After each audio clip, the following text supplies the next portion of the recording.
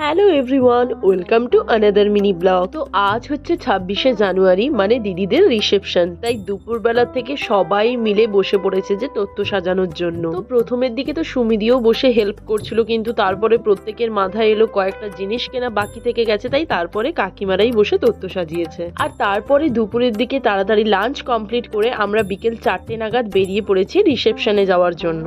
তো আমরা যাচ্ছি দুটো গাড়িতে বিকেল বেলা থেকে, মানে আমরা, সুমিদি, সুমনদা, সোনু ভাই, দিদির বান্ধবীরা, তারপরে আমার বান্ধবীরা সবাই আগে চলে যাচ্ছি, আর বাকিরা আসবে সবাই মিলে পরের গাড়িগুলোতে। আর পুরো বিয়ে বাড়ি জুড়ে সারথিও ভালো করে মজা করতে পারেনি, যেহেতু তার এক্সাম পড়ে গেছিল। সেরকম দিদির বিয়ের দিন সকালেও এক্সাম দিতে গেছে, শুধুমাত্র ওই রাতে এসেছিল। আর রিসেপশনের পরের দিনও যেহেতু তার এক্সাম ছিল, তাই ও রিসেপশনের দিন রাতেও যেতে পারেনি। আর এই যে আমরা চলেও এসেছি নীলাদ্রিদার বাড়িতে। নেক্সট পার্ট খুব তাড়াতাড়ি আসছে, ততক্ষণের জন্য চ্যানেলটাকে সাবস্ক্রাইব করে দিও। Thanks for watching.